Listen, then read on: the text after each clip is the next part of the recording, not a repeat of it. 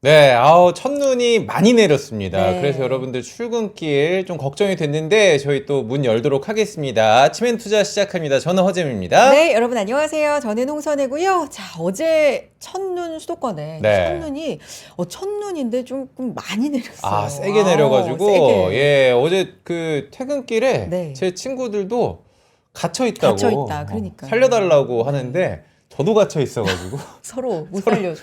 좀 멀리 떨어져 있는데 서로 그러니까. 갇혀 있어가지고 어떻게 예. 퇴근은 잘하시고 또 출근도 그러니까요. 잘하셨는지 모르겠습니다.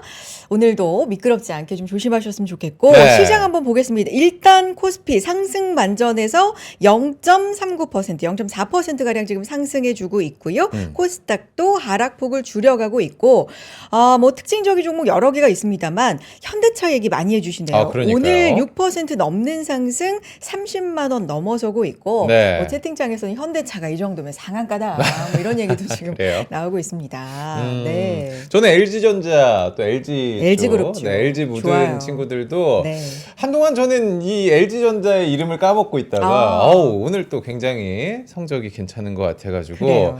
금요일 사실 저희가 한 달 넘게 금요일마다 좀 표정이 다들 안 좋았던 것 같아요. 그렇죠. 금요일마다 코스피 하락하고. 하락하고 다행히 오늘 코스피는 양전에 성공을 했고 코스닥도 좀 줄여줬으면 하는 바람으로 시작을 해 보도록 하겠습니다. 네. 자, 오늘은요 제가 너무나도 좋아하는 ETF. 그 ETF를 너무나도 쉽게 잘 설명해 주시는 네. ETF 요정 만나보도록 하겠습니다. 박현지 과장님 나와주시죠. 안녕하세요. 네, 안녕하세요. 안녕하세요. 오늘 뭐 수업 듣다 오셨어요? 저기 아니야? 대학교 한 2, 3학년 정도. 4학년도 아니야. 한 2, 3학년 정도. 딱 그 정도? 딱 그 정도. 그래요. 네, 앞줄 쪽에 앉아 계실 것 같은데. 열심히 필기하시죠. 음. 맞아, 어제 눈 괜찮으셨어요? 저는 그냥 아예 늦게 갔습니다, 집에. 그래서. 그래서. 아예 늦게 네. 차 좀 막히는 거 좀 네, 지나서. 네, 맞아요. 네. 좋습니다. 우리 또 오늘 나와 주셨기 때문에 ETF 시장 한번 저희가 쭉 흐름부터 한번 네. 여쭤보도록 하겠습니다. 11월 달 사실 좀 재미없었거든요. 11월 달 ETF도 재미가 없었나요? 어떻게 보세요? 일단은 ETF 시장 같은 경우는 아무래도 AI나 이런 게 좀 많이 죽었었잖아요. 그러니까 상대적으로 좀 방어 업종 중심으로 좀 올라가는 양상이 좀 나타났었고, 그 결과 보시면 수익률 상위를 기록한 ETF들이 대다수가 바이오 쪽입니다. 코엑트 바이오에스, 타임폴리오 K바이오 등등 이제 바이오, 일라이렐리 밸류체인 등등 이제 보실 수가 있고요. 네. 결국에 수익률 상위를 기록한 애들이 이런 친구들이라는 거는 상대적으로 AI나 뭐 빅테크 중심의 ETF들이 좀 상대적으로 좀 선방하지 못했고, 그런 뜻을 의미하고요. 해외 같은 경우에도 이제 그러니까 하위 기록한 애들도 보시면 이제 조선, 방산, 원전 뭐 이런 쪽 있잖아요. 많이 올랐던 애들이 이제 차익 실현이 매물이 나오면서 이제 좀 빠진 모습 확인하실 수 있습니다. 올해 뭐 조방원 내내 그렇죠. 네, 네. 시장을 좀 이끌고 해줬는데 하반기. 11월에는 조금 약세를 보이고 바이오 헬스가 강세를 보였다. 네. 요게 약간 AI도 흔들렸지만 그래도 우리 삼성전자, 하이닉스로 좀 수급이 몰리면서 조방원이 상대적으로 좀 약세였다. 이렇게도 볼 수 있을까요? 그렇죠. 네. 아무래도 이제 조방원 같은 경우는 이제 이미 상반기에 먹으신 분들이 있으니까 네. 이제 거기에 대한 차익 실현이고, 테크 같은 경우도 사실 AI 관련된 테크주들도 이제 차익 실현 매물이 많이 쏟아졌다고 생각을 합니다. 왜냐하면 이미 많이 버신 분들이 있을 거 아니에요. 네. 그러면 일부 비중을 좀 덜어내고 좀 쉬었다가 또 나중에 또 사고 약간 이런 식으로 리밸런싱을 진행을 한 부분들이 좀 확인되고 있다, 이렇게 볼 수 있겠습니다. 이제 다음 장표 보면은 네. 11월 신규 상장된 ETF. ETF를 좀 살펴보려고 하는데 조방원 얘기를 방금 했으니까 맞아요. 저는 이제 조선 방사는 그래요. 잠깐 쉬어도 된다고 생각하는데 원전은 계속해서 좀 주목을 받고는 있는 것 맞아요. 같아요. 왜냐면 네. 이 AI 데이터 센터의 핵심은 전력이다라는 얘기도 많이 하고 네. 우리나라가 미국에 투자하는 대미 투자의 첫 번째 프로젝트가 원전 프로젝트가 될 것이다라는 얘기가 있기 때문에 아직도 저는 가능성을 많이 믿고는 있거든요. 어떻게 보세요? 일단 원전은 이미 많이 올랐긴 했지만 이제 결국에 미래 가치를 많이 땡겨와서 이제 하고 있는 업종이다 보니까 네. 상대적으로 대신에 많이 올라서 부담이 있지만 이제 오를 때는 이제 더 가파르게 올라갈 수 있고 또 빠질 때 더 가파르게 빠질 수 있다라는 맹점이 있겠죠. 네. 근데 결국에는 AI와 함께 가는 그런 구성일 거고, 근데 저는 원전에 집중을 하기보다는 조금 그 외 전력 기기라든가 아니면 좀 신재생이나 태양광이나 뭐 이런 쪽으로도 조금 눈을 한번 같이 돌리시면서 보실 필요가 있다, 이렇게 좀 보고 있습니다. 그럼 장표 한번 보면서 네. 어떤 상품들이 좀 나왔는지 신규로. 짚어주시죠. 네. 네, 일단은 지금 원전과 관련된 ETF들이 많이 나왔어요. 이제 미국 AI 전력 타이거 쪽이나 코덱스 미국 원자력 SMR이나 이런 좀 미국 중심으로 이제 투자를 하는 ETF들이 나왔는데, 기존의 솔 SMR이 가장 좀 화제였는데, 네. 이제 라인업들이 이제 빽빽하게 구축이 되면서 운용사별로 다 이제 좀 다 이게 틈틈이 다 자리매김을 해 놓고 있다, 이렇게 볼 수 있겠고요. 근데 이제 그 외에 사실 저는 조금 더 주목을 해봐야 되는 ETF들을 좀 노란 색으로 좀 표시를 해놨습니다. 네. 거기 보시면 눈에 띄는 게 액티브 ETF들이 좀 많아진 모습들이 보이실 거예요. 네. 이게 뭐를 의미하냐면, 결국에 패시브 중심으로 이제 활성화가 되던 시장은 여전하지만 이제 액티브를 통해서 좀 공격적으로 좀 적극적으로 시장을 대응해서 초과 수익을 얻어가겠다고 하는 이러한 액티브 상품들이 이제 인기가 조금 예전보다는 많아졌고, 운용사들도 그거를 빨리 캐치를 하고 인지를 해서 네. 상품을 바쁘게 출시를 하고 있다, 아. 이런 점이고요. 그래서 코액트 바이오 헬스 케어 액티브나 코액트 글로벌 K 밸류 컬처 밸류 체인 액티브나 뭐 심지어 대형주 중심으로 가치주 성장주 액티브 상품까지 나왔다, 이렇게 보실 수 있는데, 저는 이제 요 노란 표시한 애들 이렇게 표시를 한 이유가 우리나라에 좀 없는 형태다, 이렇게 보기 때문에 이렇게 네. 해놨어요. 좀 설명드리면, 네. 코액트 글로벌 K 컬처 밸류 체인 액티브, 이름이 너무 긴데 이게 저는 좀 신기하다고 생각한 게, 보통 우리가 K 컬처와 관련된 액티브 ETF를 이제 타임폴리오 쪽에서도 나온 게 있고, 이제 K 컬처와 관련되어 있는 ETF는 있어요. 근데 이제 K컬처와 연관되어 있는 기업과 연관되어 있는 해외 기업까지 담고 있는 이 밸류체인 액티브 ETF는 코액트 요게 유일합니다. 아, 그래요? 그래서 여기 안에 보시면 이제 막 우리나라의 삼양식품부터 이제 엔터사들도 들어있지만, 네. 미국의 스포티파이나 뭐 미국의 넷플릭스나 뭐 이런 미국과의 미디어 업종 기업들, 플랫폼 업종 기업들도 들어가 있다, 이렇게 꼭 보실 수 있겠습니다. 우리 시장에 있는 우리 기업뿐만 아니라 네, 네. 글로벌 기업들도 들어가 있다. 네. 네, 어느 정도의 K컬처 익스포저를 갖고 가는 종목들이 들어가 있다, 이렇게 네. 볼 수 있고, 이게 액티브 형태로 운영되기 때문에 그때마다 이제 운영력들이 좀 올라가는 종목들을 잡아서 넣고 빼고 이러한 리밸런싱을 진행을 할 수 있어서 좀 더 탄력적으로 좀 대응을 할 수 있다라는 점이 좀 강점인 것 같아요. 네. 그리고 그 옆에 코액트 미국 바이오 헬스케어 액티브라는 ETF는 사실 타임폴리오에서 나온 글로벌 바이오 헬스케어 액티브라는 게 있는데, 그거는 미국과 한국 기업이 같이 들어가 있습니다. 근데 얘 같은 경우는 미국 바이오 헬스케어 바이오 기업들 위주로 들어가 있고요.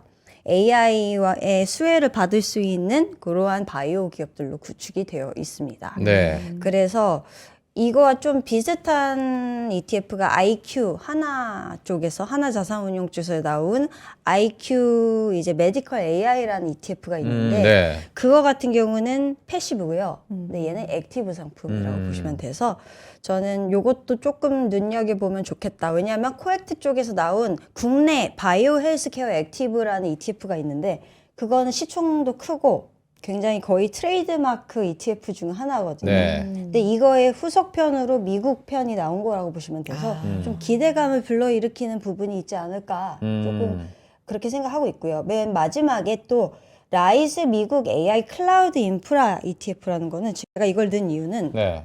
미국에도 클라우드 ETF들이 많아요. 네. SKYY나 클라우드 같은 ETF들이 있는데 이제 코어위브라든가 와 같은 네오 클라우드 네. 업체들만 담고 있는 ETF는 이게 유일할 거예요. 그래서 요런 ETF가 우리나라에 상장됐다는 거는 조금 어떻게 보면 패시브 형태로 나오긴 했지만 좀 지켜볼 만하지 않을까. 물론 이제 변동성이 크겠죠. 올라갈 때 확 올라가고 빠질 때 확 빠지고 이런 경향이 있겠지만 네. 그래도 좀 주목해볼 만한 ETF 중에 하나이지 않을까 이렇게 보고 있습니다. 네. 보통 과장님 이제 액티브라고 하면 우리 개인 투자자 입장에서는 네. 수수료 운용 보수가 조금 더 비싸다, 그쵸. 부담이 된다, 뭐 이런 분들이 좀 계시는데 어느 정도 차이가 나는 거예요? 일반적으로? 일단은 뭐 이제 지수형 미국 지수형이나 이런 것들은 0.01, 뭐 0.0000, 뭐 5, 뭐 이런 식으로 미국 상장된 거는 그렇게까지도 내려가 있고요. 근데 이제 액티브로 올라가게 되면 보통 이제 그냥 총 보수라고 하는 그 운용사 네. 보수 기준으로 0.08은 높은 편이고요. 그 외에 그 부수적인 기타 비용들이 다 발생을 하게 되면 1%대가 이상으로 올라가기도 합니다. 네. 그래서 좀 차이가 많이 나긴 하죠. 그래도 액티브를 선택하는 또 매력이 있는 거잖아요. 그렇죠. 네. 액티브를 선택하시는 분들은 이제 성향적으로 기본적으로 공격적인 성향을 지니신 그런 분들, 그리고 요즘에는 액티브 상품을 약간 연금 계좌에서 담았을 때 혜택이 있어서 오히려 이제 일반 계좌보다 연금 계좌에서 이제 매수를 했을 때의 절세 혜택 같은 게 있기 때문에 네. 가져가시는 분들도 있습니다. 그렇군요. ETF 투자 계획도 전반적으로 이제 세워볼 때 우리가 어떤 섹터가 좋은지 뭐 이런 부분도 얘기해봐야 되겠지만 지금 시점에서 세법. 네. 이런 중요합니다. 거 관련돼서 절세하려면 좀 계획을 다시 세워봐야 되는지 음.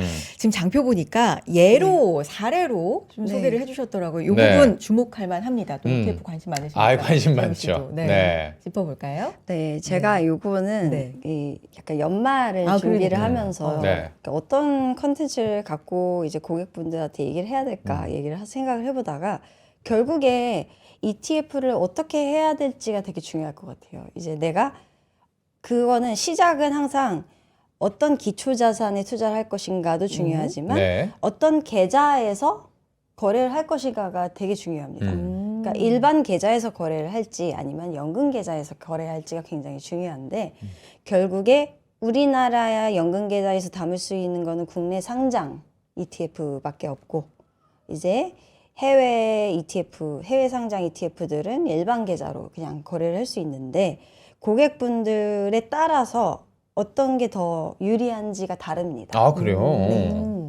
그러니까 그래서 그 사례를 제가 좀 정리를 해봤는데 네. 여기 보시면 그 홍길동으로 지칭을 했고요. 네네. 이름이 다 동명이인이네요. 네. 홍길동 1, 2, 3으로 지칭을 어. 해서 제가 설명을 드리면 네네. 홍길동 2를 이제 19세 무직 학생 네. 그리고 두 번째는 홍길동은 55세에 이제 퇴직을 앞두고 있는 회사원. 그리고 홍길동 나머지 한 분은 이제 70세 이제 퇴직하신 이제 거액 자산가분. 이거 이렇게 법인이네요? 나눠봤습니다. 오. 법인 제가 잘못 써놨고요. 아, 네. 요건 그냥 다 사람입니다. 개인으로 네. 그냥 개인으로. 보시면 됩니다. 네. 그래서 이렇게 나누게 된 이유는 결국에 이제 돈이 많으신 자산가분들은 결국에는 100억, 억 단위로 투자를 하시잖아요. 그러면 이제 종합소득과세 대상이셔서 많게는 40% 이상까지도 그 이제 과세 대상에 과세를 하셔야 되기 때문에 이런 분들은 부담스러워요. 그래서 건보료도 많이 나가고 이러니까 이런 분들은 해외 상장 ETF에 투자를 하시면 양도소득세 22%를 내는데 이게 과세가 분류과세라고 해서 종합과세에 포함이 안 된 상태로 그냥 따로 과세가 돼버리기 때문에 더 이득입니다. 그래서 이런 분들은 양도소득세 그냥 내고 22% 내고 이제 종합과세 일조의 부분에 대한 부담을 덜어내는 게 더 중요해서 해외 상장 ETF 위주로 거래를 하셔라 이렇게 말씀드려요. 일반 계좌로. 네, 일반 계좌에서 해외 상장 ETF를 하시거나 아니면 아예 절세 계좌를 사용하실 거면 커버드 콜 형태의 이제 단기 흐름, 현금 흐름을 창출하기 위한 대안으로 커버드 콜을 활용하셔라 이렇게 말씀드리고 네. 있고요. 지금 세 번째 홍길동 그렇죠. 말씀해 주시는 거예요. 네, 거액자산가. 네네. 네, 가운데 두 번째 홍길동 같은 경우는 음. 이제 퇴직연금 계좌를 활용하시겠죠. 이런 네. 분들은 자기가 운용을 직접 해보시는 분들은 아무래도 이제 퇴직연금 IRPDC 계좌에서 이제 거래를 하실 텐데 이런 분들은 역시나 배당 소득이 발생하는 이제 ETF들 위주로 투자를 하시는 게 좋아요. 근데 그리고 그 왼쪽 홍길동도 마찬가지로 이제 퇴직연금이 아니라 이런 분들은 이제 ISA 계좌라고 해서 네. 이제 우리가 절세 계좌이긴 한데 연금 계좌는 아닌 ISA 계좌에서 이제 자금을 운용을 하실 수가 있는 건데 이분들도 역시나 배당 소득이 발생하는 ETF에 한해서 거래를 먼저 거래를 하시는 게 유리합니다. 그래서 이게 배당 소득과 매매 차익에 대한 개념까지 들어가면 사실 좀 어려워지는데 네. 좀 간단히 말씀드리면 우리가 주식을 할 때 사고 팔 때 매매 차익이 발생을 하잖아요. 그렇죠. 그리고 우리가 주식을 함으로써 그 안에 배당을 줄 경우에는 배당 소득이 발생을 하겠죠. 근데 이게 해외 주식형 ETF나 파생형 ETF나 TR형 ETF나 액티브가 들어간 ETF들은 모두 이제 결국에 배당 소득이 매매 차익이 배당 소득으로 잡혀서 이제 과세가 됩니다. 그래서 결국 배당 소득이 많이 잡히게 되는 거라서 일반 계좌에서 거래를 할 때는 배당 소득이 많이 잡히면 과세를 종합과세 대상에 포함이 되기 때문에 돈을 많이 내야 되잖아요. 네. 근데 불리한 거예요. 그래서 연금 계좌에서 거래를 해야지 이제 절세 과세가 이연되면서 나중에 절세 혜택까지 가져갈 수 있기 때문에 네. 국내 주식형 외 ETF들은 모두 연금 계좌에서 거래를 하시는 게 유리합니다. 그래서 우리나라 국내 주식형 ETF들은 사실 국내 주식하는 거랑 똑같이 과세가 돼요. 네. 매매 차익에 대해서 비과세고 그리고 이제 배당 소득에 대해서는 과세가 되기 때문에 어쨌든 똑같기 때문에 그냥 일반 계좌에서 거래를 하셔도 무관하지만 이제 배당 소득이 발생하는 국내 주식형 외 ETF에 대해서는 모두 이제 연금 계좌에서 거래를 하셔라 이렇게 말씀드리고 있습니다. 그래서 결국 좀 어려운데 내용이 쉽게 정리를 해보면 일반인들 우리가 이제 건보료 걱정 안 해도 되는 분들은 그냥 다 연금 계좌에서 거래를 하셔서 절세 혜택을 누려가시는 게 좋고 네. 국내 주식형 이외에 상품으로 거래하실 때는 연금 계좌 사용하시고 국내 주식형 ETF 그냥 사실 거면 뭐 연금 계좌도 상관없지만 사실 일반 계좌에서 그냥 거래하셔도 무관하다. 이렇게 좀 정리할 수 있겠습니다. 요걸 아주 깊숙이 들어간 복잡한 내용이 많지만 그렇죠. 맞아요. 간단하게 말하면 이렇게 정리해 볼 수 있겠다. 네. 맞습니다. 그래서 사실, 네. 이걸 그래서- 기반으로 네. 해서 우리가 고객분들이 기초자산을 뭘 어떻게 넣어야 되고 네. 어떻게 이 포트폴리오를 꾸려야 할지가 이제 정해집니다. 네. 그래서 정성적, 정량적 지표, 매크로 지표를 기반으로 해서 기초 자산을 보통 정하잖아요.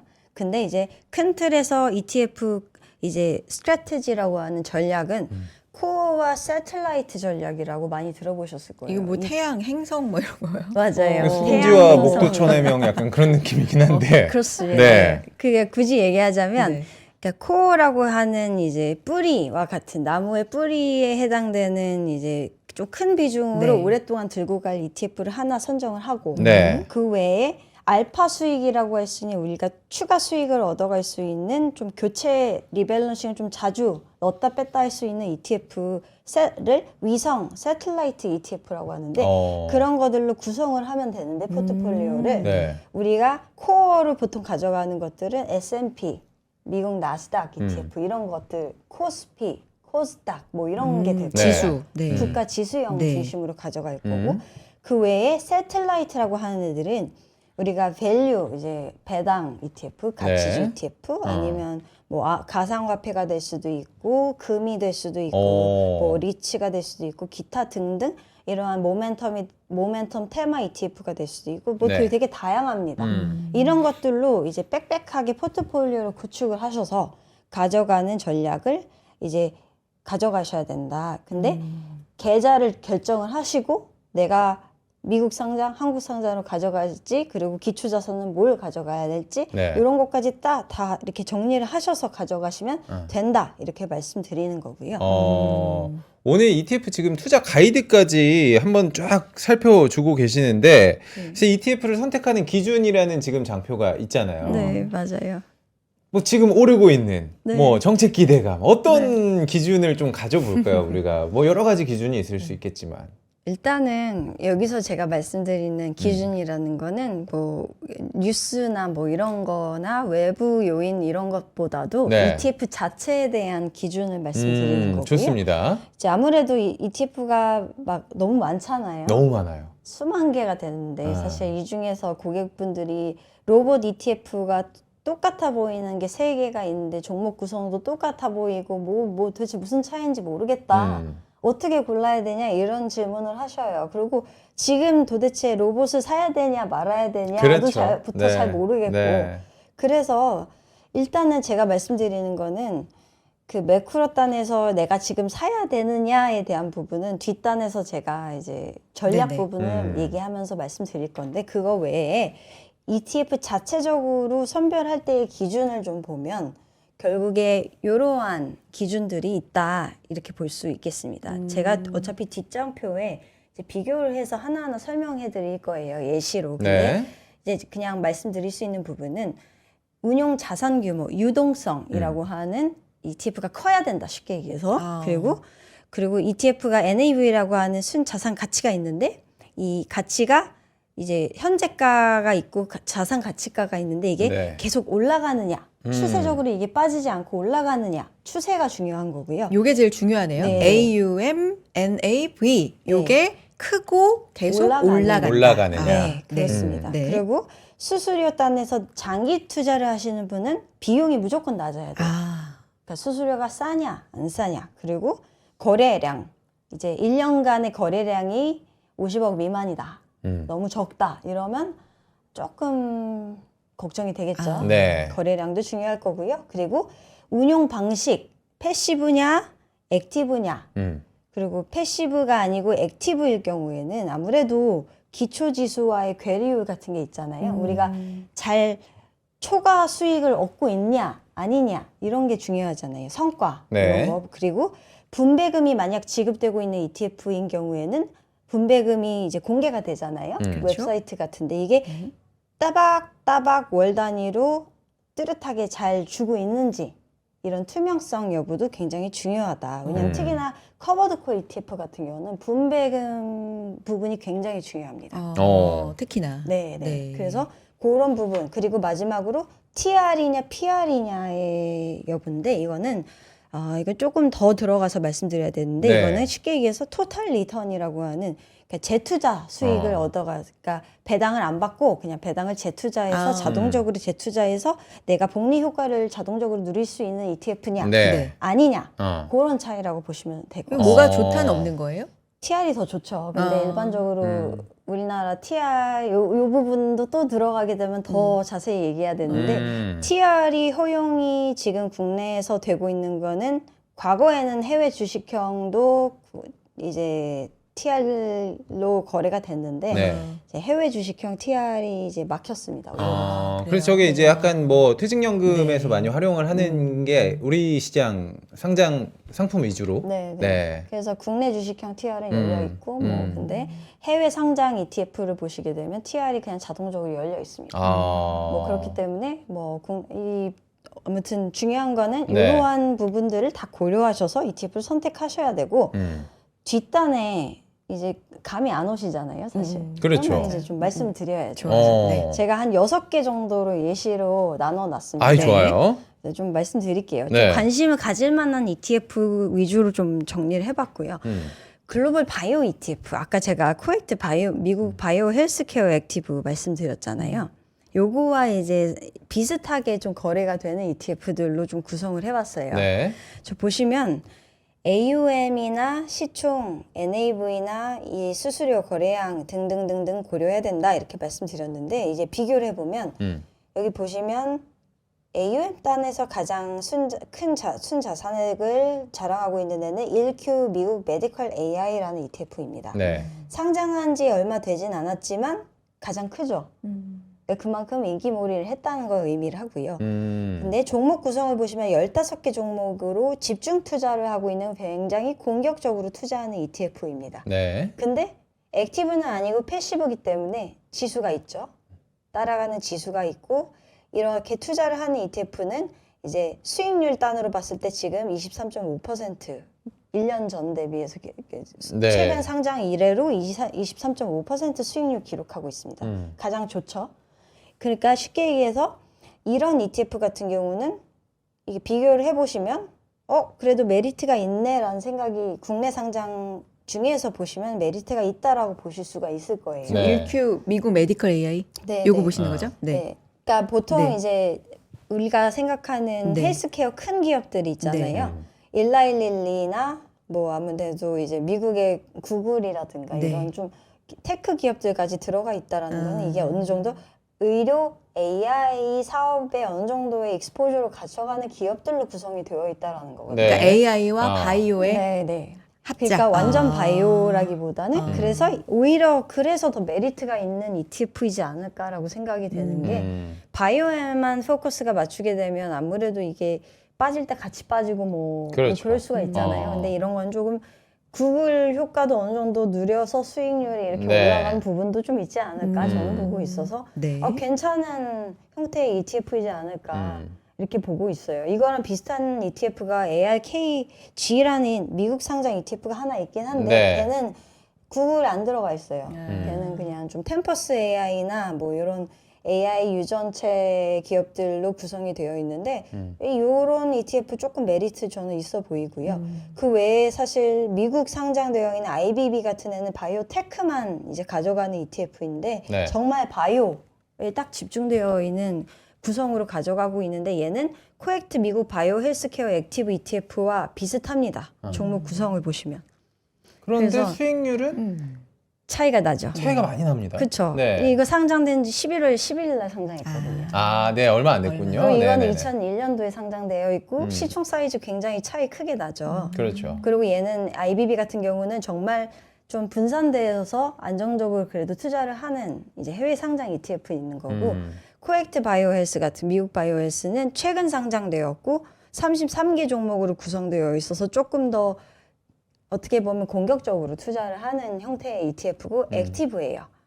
여기 보시면 액티브이기 때문에 앞으로 제가 좀 지켜보면 좋을 것 같다고 말씀드린 가장 큰 이유가 1Q 메디컬 AI와 약간 결이 비슷하죠. 근데 이제 네. 차이점은 좀 뭐가 구글 같은 게 들어가 있느냐 아니면 좀 퓨어 진짜 바이오 네. 테크가 좀 들어가 있느냐의 차이인데 저는 어쨌든 좀 눈여겨볼 만한 ETF라고 보고 있고 근데 이 중에서 그러면 이 타임폴리오 글로벌 바이오 액티브는 왜 넣냐 이렇게 보시면 네. 여기 보면 미국 바이오랑 한국 기업들도 같이 들어가 있어요. 같이 들어가 있구나. 네, 그래서 사실 이런 친구들은 이제 우리나라 분들 같은 경우는 이런 거에 관심을 좀 가질 수도 있겠죠. 바이오 이제 국내 바이오 테크 ETF에 투자를 하셨던 분들은 이런 걸로 가져가셔서 좀 수익을 보시는 방법도 있다. 근데 종합해서 좀 설명드리면 네.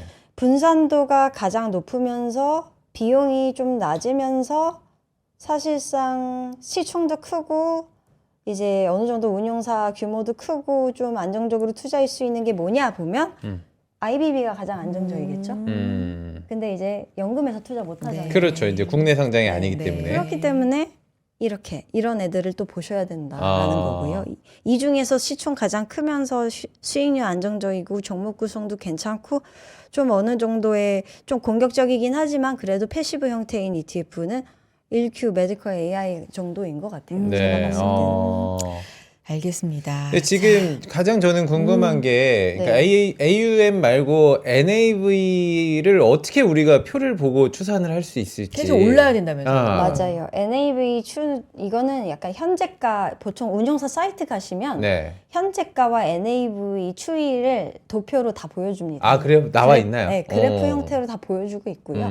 그게 이제 빠지지 않고 우상향을 계속 수년간 해왔나 이게 중요한 거예요. 결국에는 왜냐하면 이제 빠지는 ETF로 들어가게 되면 거래량이나 이런 시총이나 이런 게 다 빠지겠죠. 네. 그러면 이제 투자해야 되는 메리트가 줄어들겠죠.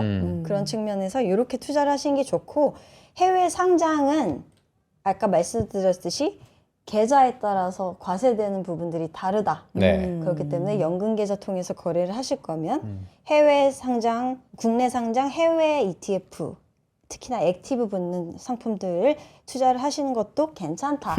이런 맥락에서 제가 이렇게 정리를 한번 해봤습니다. 네. 알겠습니다. 지금 채팅창에서 네. 옵티머스님이 1Q 아니고 1Q라고. 그러니까 1Q 네, 죄송합니다. 원큐. 네. 원큐에 가든 투큐에 가든 가기만 하면 됩니다. 여러분들. 네. 그러니까. 1Q, 원큐 알겠습니다. 원큐. 자, 저희가 지금 계속해서 ETF 비교를 네. 쭉 해주실 텐데 네. 잠깐 저희가 광고만 듣고 그럴까요? 바로 돌아오도록 네. 하겠습니다. 네. 광고 1Q에 듣고 오도록 하겠습니다. 광고 타임.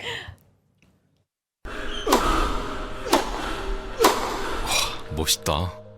부러운가? 14만 1211번의 스윙과 68개월 27일의 투자로 만들어진 자세다. 나의 테니스도 나의 자산도 투자로 키운다. 나는 투자한다. 나는 성장한다. NH투자증권. 와, 멋있다. 부러운가? 기본기 연습과 스트로크 훈련에 1532시간을 투자해 갖게 된 리듬이다. 나의 드럼도 나의 자산도 투자로 키운다. 나는 투자한다. 나는 성장한다. NH투자증권. 네, 아침엔 투자 함께하고 계시고요. 오늘 ETF 여신 박현지 과장님과 함께하고 있는데 뭐 지금 채팅창에 많은 분들 함께하고 계시는데 닥터케이님도 이게 별명이 있으시잖아요. 뭐 여러 가지 귀여운 별명을 사실 다 갖고 계시는데 주토피아에 나오는 주인공들이 다 여기에 들어가 있습니다. 오늘 영심이 폼 좋다 뭐 이런 평도 있고 아니 근데 제가 하나 말씀드리고 싶은 게 네. 저희 이제 출연자들마다 다 성향이 있으시거든요. 저희도 이제 오래 하다 보니까 맞아요. 파악을 하고 있는데 네. 우리 박현지 과장님 같은 경우는 진짜 끝까지 오늘 이 얘기를 해드리면은 좀 맞아요. 도움이 됐을까? 이걸 어. 진짜 고민을 많이 하세요. 진짜 그건 인정. 그래서 이 진짜 따끈따끈한 자료니까. 방금 만들었어요. 그러니까. 네. 오늘 또 끝까지 함께 해주시면 좋을 것 같고. 네. 계속 좀 가볼까요? 계속해서 가보도록 하겠습니다. 오늘 장표가 사실 너무 많아서 좀 저희가 따라가 볼게요. 혹시 네. 중요한 비교, 중요한 ETF를 한번 보여주신다면 어떤 쪽으로 한번 가볼까요? 일단은 미국 지수형이랑 미국 배당형 짧게 하고 국내 배당형으로 넘어갈게요. 아이, 좋습니다. 그게 나을 것 같아요. 네. 그래서 일단은 좀 보시면 일단 미국 지수형은 우리나라 분들이 너무 많이 알아요. 그 타임폴리오 나스닥 100 액티브는 워낙 유명하고 그리고 그 외에 QQQ도 이제 너무 그렇죠. 유명하고 네. 코덱스 미국 나스닥 100은 이제 QQQ 따라가는 그냥 패시브 형태 ETF인 거고 그리고 맨 마지막에 에이스 미국 나스닥 채권 혼합 50 액티브 이런 거는 이제 연금 계좌에 이제 많이 넣으시는 용도로 활용을 하시는 채권 미국 단기채와 미국 나스닥 을 이제 50대 50으로 가져가는 형태의 ETF인 거죠. 네. 사실. 근데 이걸 이렇게 제가 스프레드에서 이렇게 해놓은 이유는 이제 아무래도 이제 어떤 기준으로 내가 뭘 골라야 될지 아셔야 되잖아요. 근데 그리고 뭘 비교해야 되는지 아셔야 되니까 일단은 보시면 결국에는 사실 이런 ETF들은 다 시총은 크게 안 보셔도 돼요. 왜냐면 다 커요. 그래서 AUM은 크게 안 보셔도 되고 네. 근데 보수를 좀 보시게 되면 아무래도 해외 상장 이제 보수에서 조금 차이 나는 부분들이 그러네요. 액티브와 패시브가 있고요. 네. 근데 이제 장기 투자하시는 분들 관점에서는 결국에 이제 QQQ 같은 걸로 그냥 장기 투자하시는 게 낫죠. 보수가 워낙 낮으니까. 근데 이제 그게 아니고 연금 계좌에서 반드시 거래를 하셔야 되는 분들은 이러한 미국 나스닥 100이나 액티브 상품으로 넣으시면 되는데 네. 이제 조금 방향이 다르죠.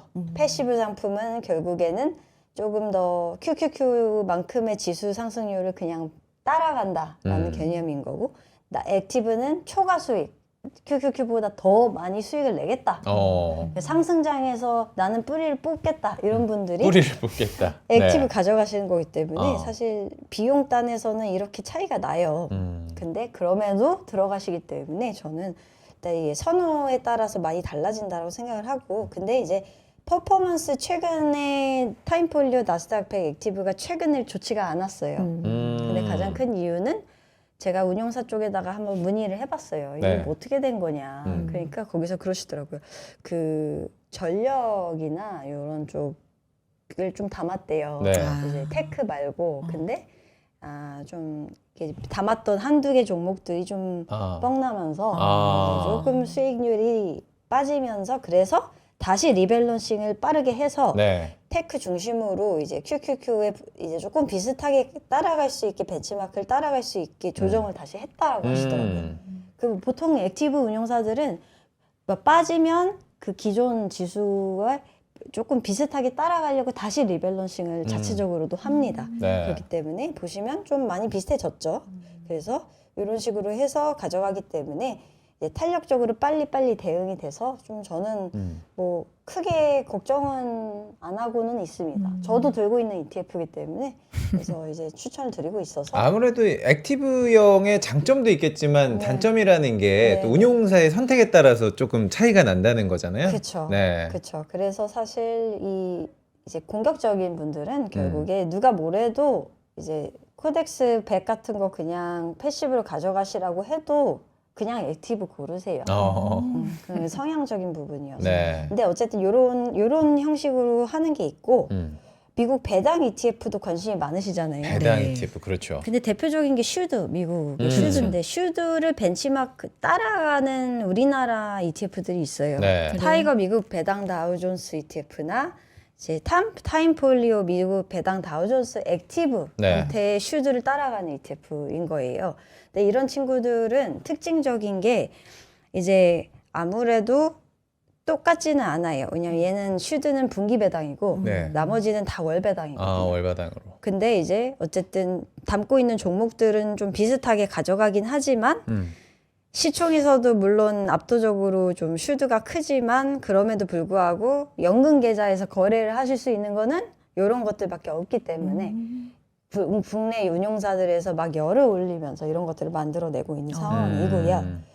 수익률 단에서 보시면 사실 슈드가 좀 퍼포먼스가 더 좀 저조했고 오히려 국내 쪽이 더 퍼포먼스가 좋은 부분들 확인되고 있어요. 특히나 액티브 쪽 보시면 수익률이 생각보다 10%, 1년 전 대비 10%거든요. 네. 잘하고 있죠.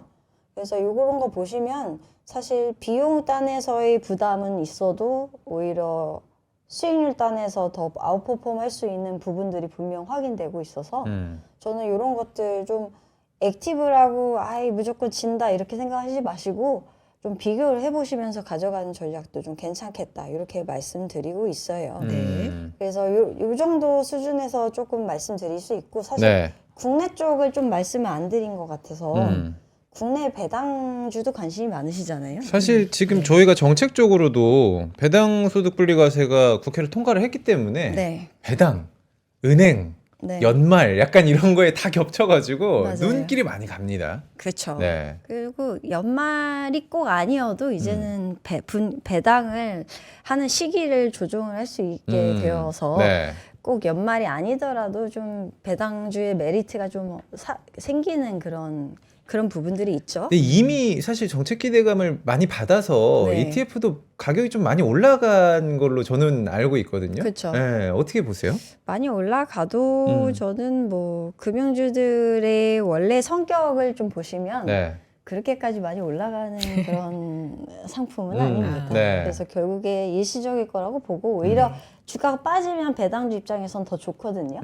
그러니까 뭐 어쨌든 지금은 주가 상승에 따른 자본 차익과 배당을 모두 가져간다라는 개념으로 접근을 하시지만 나중에는 결국에 자본 차익보다도 이제 배당을 조금 더 보시고 들어가는 게 맞고 네. 이제 미국은 배당 성장주 슈드 같은 거 보시지만 우리나라는 배당률이 아무래도 높은 친구 위주로 볼 수밖에 없어요.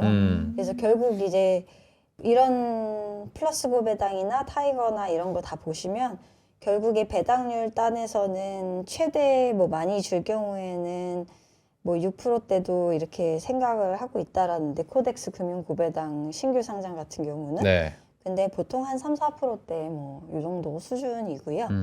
근데 이제 커버드 콜로 아예 올라가지 않는 이상 거의 그 정도 수준대고, 저는 이제 배당주를 보실 때는 가장 중요한 거는 배당률도 중요하지만 배당 성장률도 중요하고, 그리고 결국에는 이 배당 이제 자본 차익 상승이 그래도 빠지는 것보다는 올라가는 게 낫겠죠. 네. 그런 부분들도 보셔야 된다고 생각을 하고 있습니다.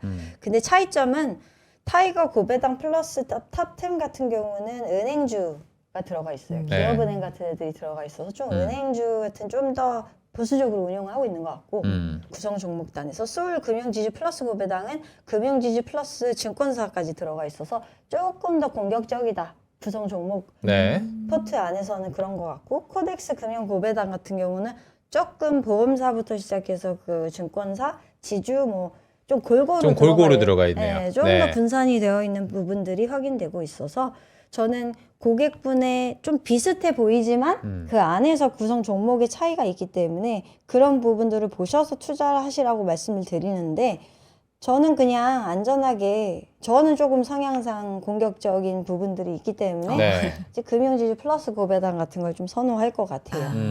개인적인 성향은. 근데 은행 보수적이신 분들은 타이거 은행 고배당 탑10 이런 거 들고 가시는 게 더 나을 것 같다. 그러니까 이렇게. 보수적인 분들에게 은행 고배당 플러스를 추천하는 거는 네. 그러니까 그만큼 변동성이 조금 제가 덜하다라는 상대적으로 거죠. 증권주보다 덜하겠죠.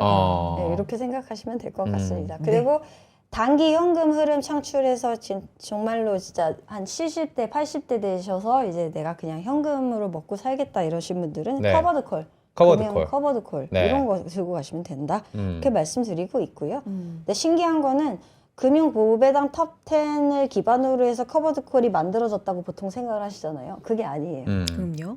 커버드 콜이 먼저 만들어졌고 그 다음에 금융 고배당이 만들어졌어요. 오. 코덱스에서. 요거 보시면 신규 상장일이 날짜 보시면 커버드 콜이 먼저 대박을 쳐서 그 다음에 만들어졌습니다. 아 그래요?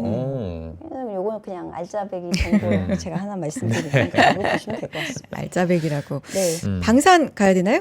사실 어디로 갈까요? 방사는 제가 네. 이걸 넣은 이유가 네. 사실 좀 겹치는 예시들이 많이 겹치잖아요. 네. 근데 제가 요거 하나만 말씀드리면 네. 이제 레버리지 ETF 연금에서 계좌 거래 못 하잖아요. 근데 이제 레버리지 상품은 같은 경우는 이제 조금 보통 포함해서 저희가 잘 안 봐요. 네. 그냥 이제 그래 유럽 방산이나 K 방산이나 K 방산 톱 10이나 뭐 이렇게 보시는데 이제 아무래도 유럽 방산은 해외 주식으로 간주가 되고 이제 K 방산은 국내 거잖아요. 네. 근데 아까 과세 부분 제가 말씀드렸던 네, 네. 거 이제 국내 주식형 ETF들은 모두 이제 그냥 일반 계좌에서 거래하셔도 되고 이제 해외 거는 연금에서 계좌에서 거래하시는 게 더 낫다라고 말씀드렸던 부분이 갑자기 다시 한 번 더 말씀드리는 게 나을 것 같아서 다시 한 번 말씀드리는 차원에서 말씀드렸고 네. 이제 근데 유럽 방산이 여기 95억 원이에요 시총이. 근데 이제 상장된 지 7월 29일 날 상장했는데 사이즈가 아직까지는 괜찮은데 이게 만약에 더 작아지거나 아 그렇죠. 거래한 지 한 1년, 2년 됐는데 50억 원 밑으로 내려가게 되면 조금 고민을 해보셔야 되는 부분이지 않을까라는 생각이 들긴 합니다. 네. 지금 95억? 네, 95억인데 이게 보통은 이제 상장했을 때 한 달 내로 뭐 몇백억 원이나 이렇게 올라가는 ETF들은 안정권입니다. 네.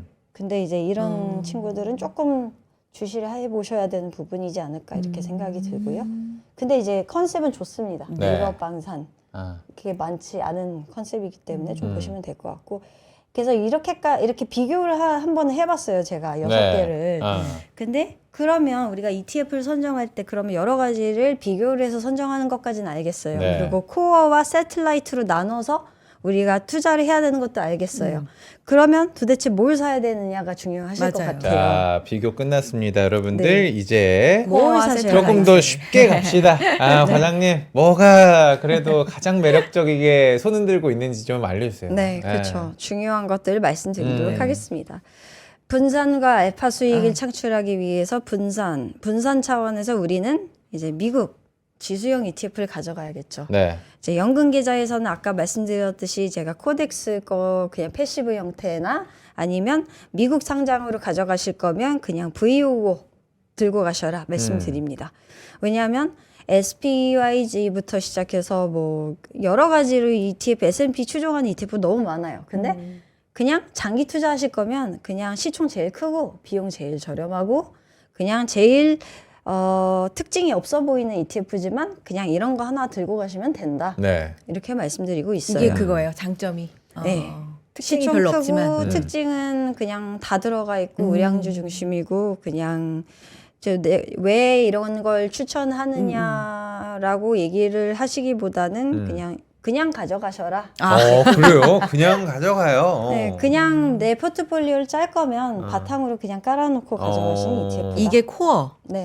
네. 그리고 국내 같은 경우는 코스피나 코스닥이나 뭐 아니면 이런 거 들고 가셔도 되지만 코덱스 삼성그룹 ETF 하나 가져가셔라 제가 말씀드려요. 네. 가장 큰 이유는 어쨌든 정책 모멘텀 가져갈 만한 종목들 많고 지금 어쨌든 우리나라에 이제 반도체 기업들도 들어가 있고 이제 여러 가지로 그냥 코스피 들고 가는 거와 이거 하나 들고 가는 거나 뭐 별 차이는 저는 없을 것 같아요. 코스피와 코덱스 삼성그룹 거의 뭐 차이 없을 것이다. 네, 그냥 뭐 이런 거 하나 들고 가시는 것도 괜찮겠다라고 말씀드리고요. 그리고 저 이거 중요합니다. 코스닥. 네. 이 얘기 해주셔야 돼요. 네, 정책 효과 때문에 이제 코스닥 부양책이 이래저래 막 나오고 네. 있죠. 뭐 연내 나온다. 그러면 이제 결국에는 코스닥이 너무 못 갔잖아요.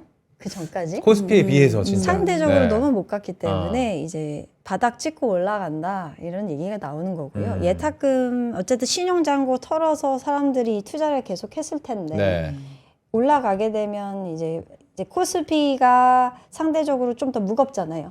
코스닥이 좀 더 가볍고 그 뜻은 올라갈 때도 더 빨리 올라가겠다라는 네. 걸 이미 하고 코스닥 150 같은 거는 이제 그냥 하나 속는 셈 치고 그냥 하나 넣어가시는 전략으로 이제 말씀드리고 있어요. 그러니까 이거랑 가져가면 그냥 네. 다 가져가는 거죠. 코스피와 코스닥을. 네. 뭐 근데 그렇게 생각하고 있습니다. 과장님 이제 코스닥 150 같은 경우도 네. 그러니까 속는 셈 치고가 아니라 지금 정책이 나오기만 하면 이거 1000스탁 넘는다 약간 이런 기대감이 있다 보니까 그렇죠.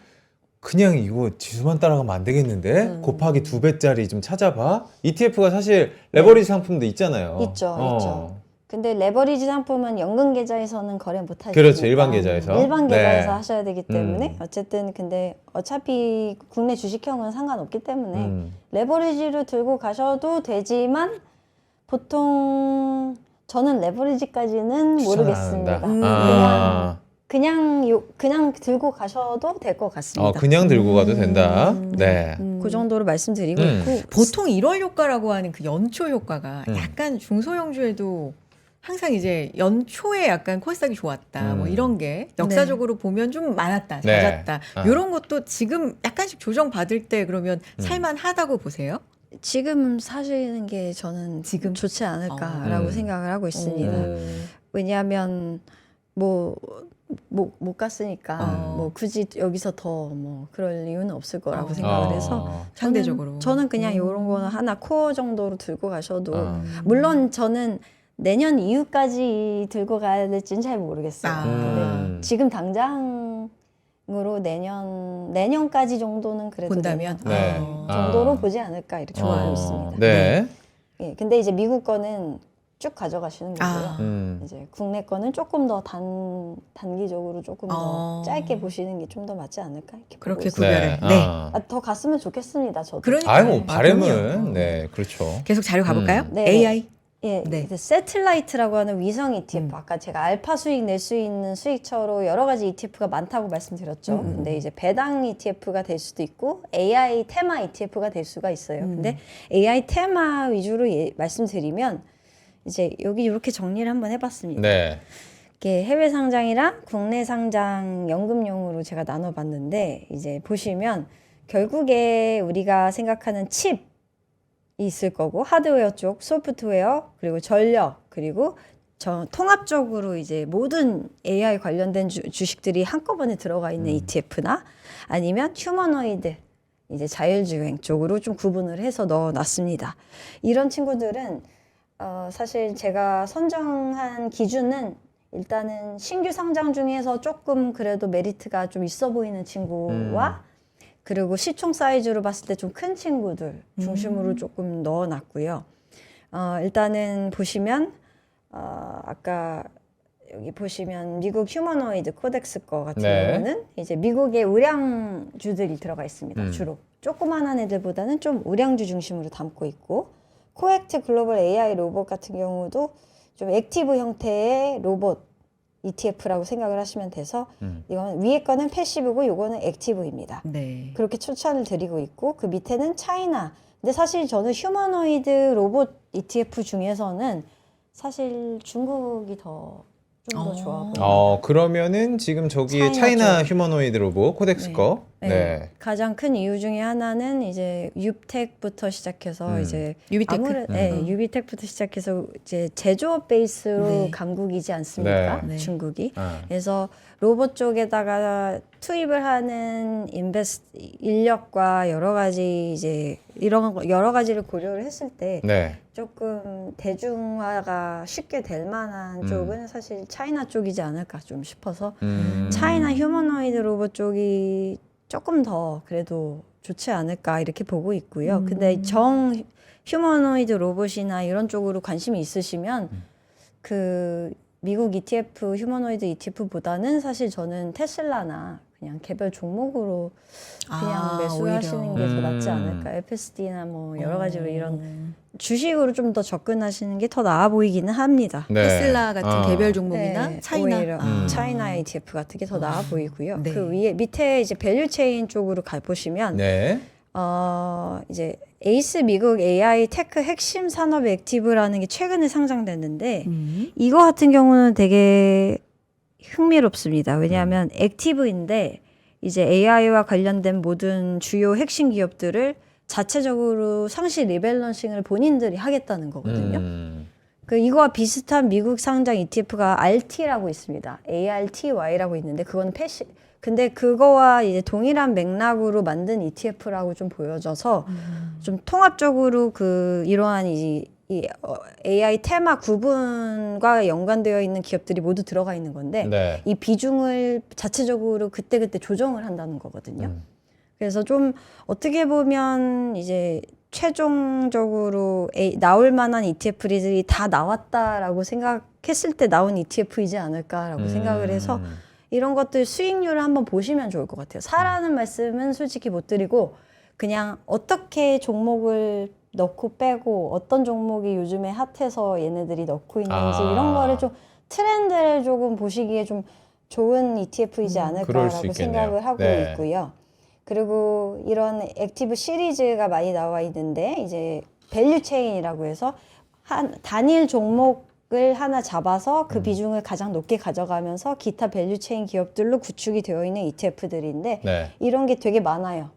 브로드컴도 있고 구글도 있고 엔비디아도 있고 팔란티어도 있고 테슬라도 있고 엄청 많은데 사실 이런 거를 고르신 분들은 내가 컨빅션이 한 업체에 엄청나게 크게 있는 분들은 이런 거 추천드려요.